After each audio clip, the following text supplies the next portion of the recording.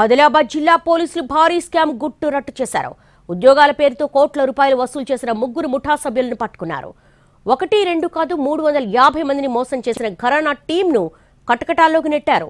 సర్కారు బడుల్లో ఉద్యోగం అంటూ ఫేక్ అపాయింట్మెంట్ లెటర్లు ఇచ్చి మరీ చీట్ చేశారు. తీరా ఉద్యోగంలో చేరాక వేతనాలు లేకపోవడంతో దందా వెలుగు చూస్తుంది. దీనిపై ఆదిలాబాద్ జిల్లా ఎస్పీ అఖిల్ మహాజన్తో మా ప్రతినిధి సారంగపాణి ఫేస్ టు ఫేస్. ఉద్యోగాల పేరుతో స్కామ్ చేసిన దాన్ని ఆదిలాబాద్ జిల్లా పోలీసులు బట్టబయలు చేశారు. రాష్ట్ర వ్యాప్తంగా 300 పైగా నిరుద్యోగులను మోసం చేసిన కేసును ట్రేస్అవుట్ చేశారు. జిల్లా ఎస్పీ అఖిల్ మహాజన్ మనకు కనబడతారు. సార్ చెప్పండి, అసలు ఈ ఎంఓ ఏంటి? అసలు అంటే వీళ్ళు ఇది సెంటర్ నుంచి మనకి ఫండ్స్ వస్తుంది, ఆ ఫండ్స్ నుంచి మీకు జాబ్ ఇప్పిస్తాము ఆ సిఎస్ఆర్ నుంచి. దానికి పట్టుకొని వీళ్ళు స్కూల్స్ పోయారు, ప్రిన్సిపల్స్ దగ్గర పోయారు, లోకల్ ఏజెంట్స్ పెట్టుకున్నారు. దాదాపు 300 మెంబర్స్ వీళ్ళు ఇట్లా వాళ్ళ నుంచి డబ్బులు వసూలు చేశారు. ఆ విద్యాంజలి 2.0 గవర్నమెంట్ ఆఫ్ ఇండియాది ఒకటి స్కీమ్, ఆ సిఎస్ఆర్ నుంచి డైరెక్ట్లీ స్కూల్స్కి పోతుంది. ఇతను అదే పట్టుకొని నాకు వస్తుంది. చాలామందికి మోసం చేశారు. దాదాపు 300-350 మెంబర్స్ విక్టిమ్స్ మనం ఐడెంటిఫై చేశాము మొత్తం స్టేట్లో.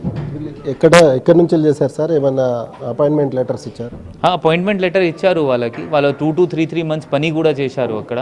ఆ పని చేసిన తర్వాత వాళ్ళ శాలరీ రాలేదంటే అప్పుడు వాళ్ళకి తెలిసింది దట్ ఫ్రాడ్ జరిగింది.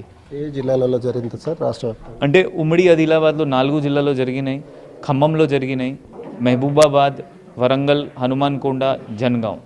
అంటే ఇప్పుడు ఇది ఒప్పుకున్నది ఇదే ఇన్ని జిల్లా ఇతను ఒప్పుకున్నారు. ఎన్ని కోట్ల వరకు వసూలు చేసి ఉంటారు సార్?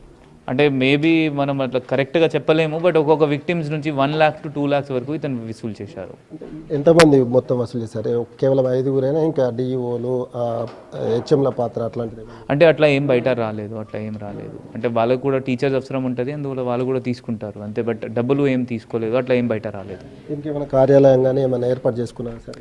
నో, ఇతను లోకల్ లాడ్జెస్లో వచ్చి ఇట్లా ఏజెంట్స్తో కలవడం అట్లా అన్నీ చేశారు. ప్రజలకు మీరు చెప్పేది ఏంటి సార్? ఈ జాబ్ ఫ్రాడ్ అంటే చాలా తర్వాత యాక్చువల్గా బయట వస్తుంది. ఎందుకంటే అందరు చాలా ఫస్ట్ సెటిల్మెంట్ కోసం వెయిట్ చేస్తారు, తర్వాత ఆశపడతారు మళ్ళీ డబ్బు వస్తుంది లేకపోతే జాబ్ వస్తుంది. సో దయచేసి ఎవరైనా మీకు చెప్తే దట్ జాబ్ వస్తుంది అంటే, డబ్బు ఇచ్చి జాబ్ వస్తుంది అంటే 100% ఫేక్. ఆ కాంట్రాక్చువల్ జాబ్ ఉండొచ్చు, రెగ్యులర్ జాబ్ ఉండొచ్చు, అది దానికి ప్రాపర్ ప్రొసీజర్ ఉంటుంది, ఎగ్జామ్స్ ఉంటుంది, దాని నుంచి జాబ్ వస్తుంది. ఎవరైనా మీకు చెప్తే దట్ డబ్బు ఇస్తే జాబ్ వస్తుంది, ఆ 100% జాబ్ ఫ్రాడ్.